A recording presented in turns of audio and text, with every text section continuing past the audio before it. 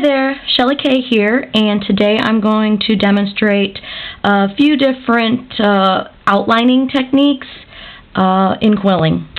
So, your basic tools that you'll probably need are tweezers, a needle tool, scissors or snips, and a stylus, a small-ended stylus, a glue bottle with a very fine point, and my secret weapon are these ultra-fine brushes that are used to apply eyelashes, like artificial eyelashes. But they have such a fine microfiber tip, they're great for picking up a little bit of stray glue from here and there. Now, you also need a pattern. You'll need some paper that's like your finished project, and quilling strips. A lot of people don't care for these type of quilling strips that come in the tube, but they do work pretty well for outlining. Let's see a good color here. Because these strips are heftier, they're just more of a cardstock kind of strip, but that's not necessary. You can use any old regular quilling paper strips.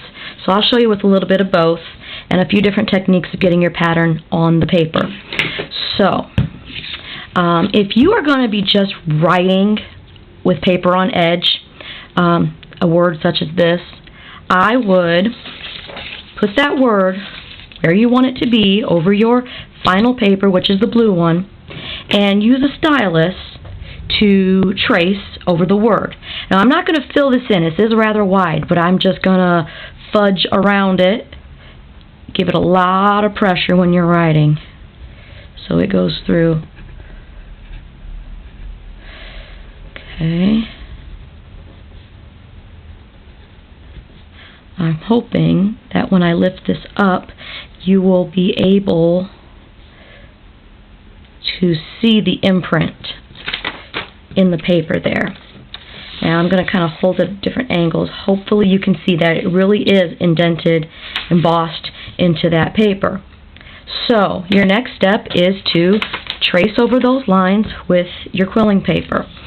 If you're doing a nice curvy, loopy design, I would suggest regular quilling paper because it's going to bend and shape better than this harder cardstock kind.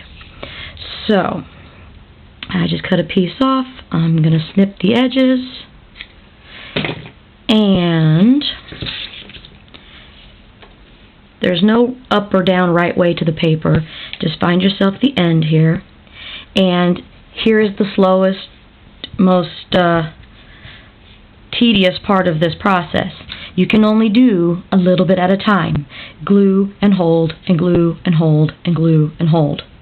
So I'm going to start with a little line of glue here with just a little curve in it. So I'm going to get this started right on its line. It takes a little finesse. And if you're not exactly on your line, it's okay. You're not really going to see too much of that unless you're way off the line. So I'm holding this here till it gives it a little bit of strength when it's dry. Curve that around and hold it too. This is where I come in with that eyelash brush and swipe away some of that extra glue. I hope you could have seen that, because this is my newest secret weapon. I just discovered this, I don't know, a few weeks ago. Okay, so after you get it where it will hold itself instead of holding it with the finger, keep on going. You know, no more than 1 inch, 2 inches of glue length at a time. It's just a very slow process. What I generally do if I'm doing something like this, this was my latest project actually, was a Faith, Hope, and Love, all in script, with the T as a cross and the O as a dandelion, and the O is a heart. And what I would do is I would start something over here, let it dry, start another letter, let it dry, and keep working my way down and come back till then this one was dry and continue a little bit more. It keeps your hands a little busier than just holding and waiting and holding and waiting. So I'm going around with that glue a little bit,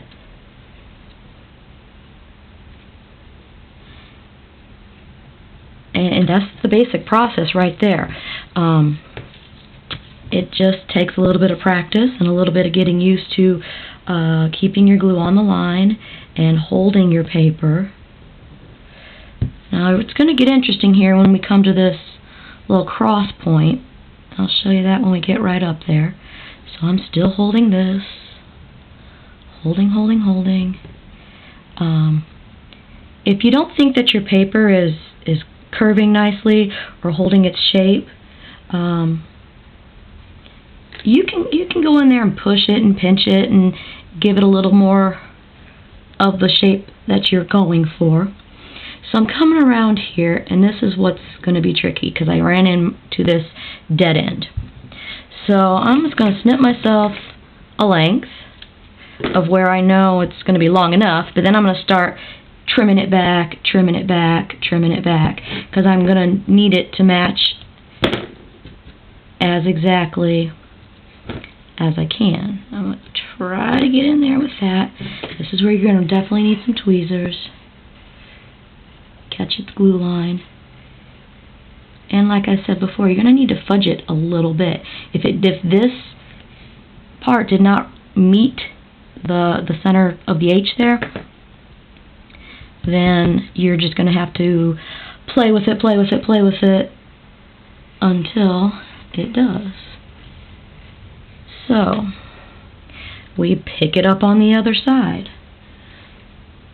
I'm going to do that right here. Straight across.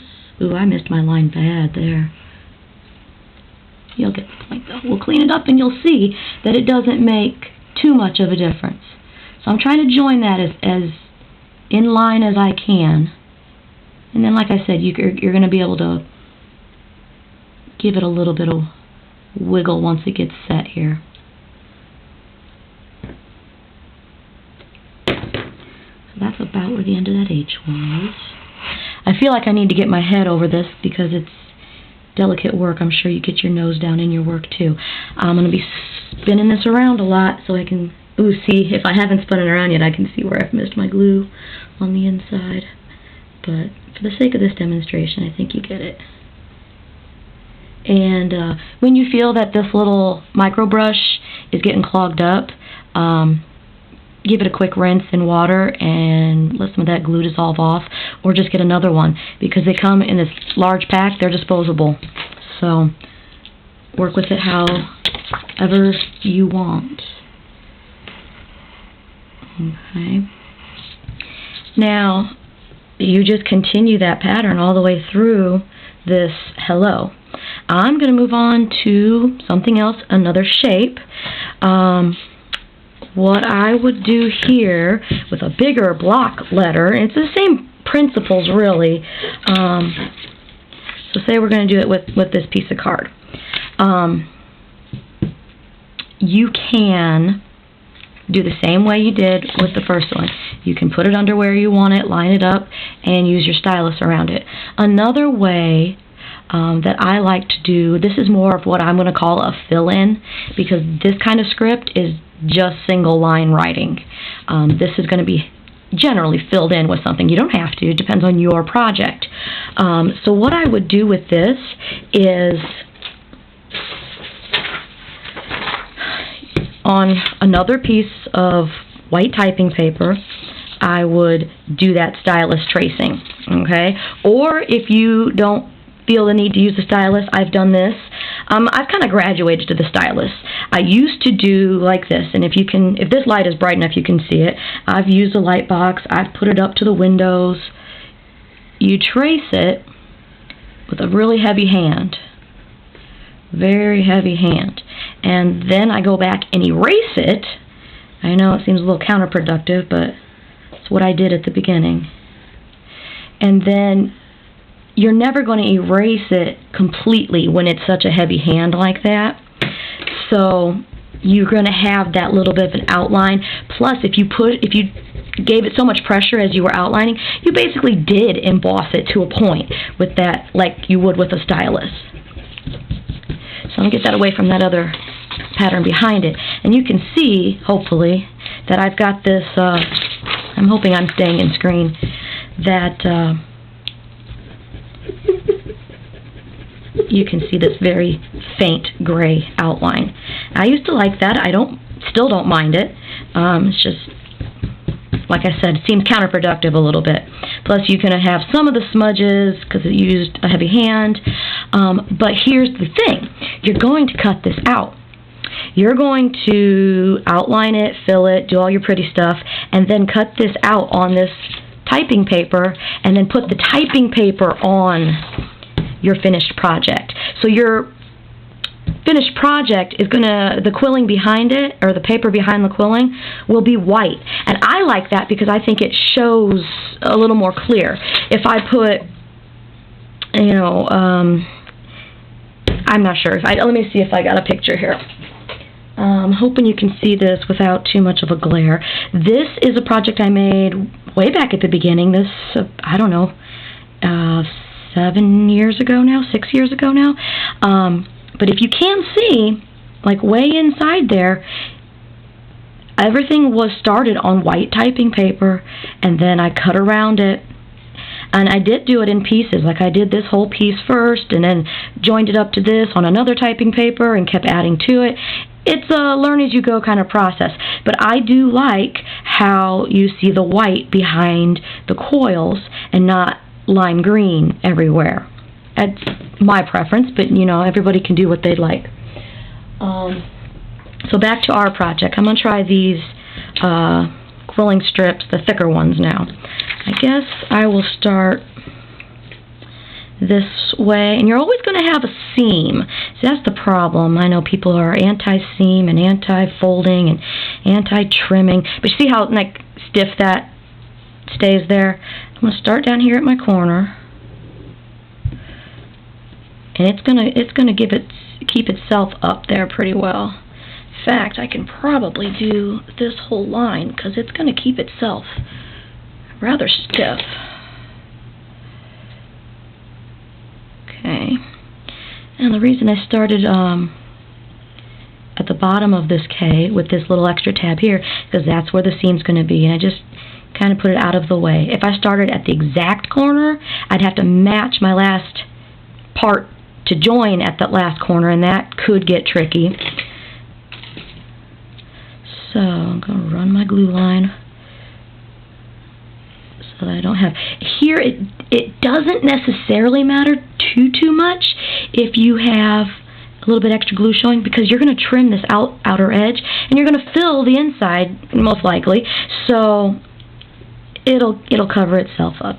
Now, when this gets to a point where it's, I don't know, not yet, dry enough, you're going to have to make a fold, make a turn. So, what I would do is hold there's my center point, see, try to keep myself in frame. I would hold at the point, at the corner, with my tweezers, and then fold my paper over. Now, what I'm seeing here with this cardstocky paper, or quilling strip, is it wants to separate. It's thick, and that's kind of a risk you run taking if you're going to work with these thicker cardstock strips. So I'm going to get in there with a little bit of glue,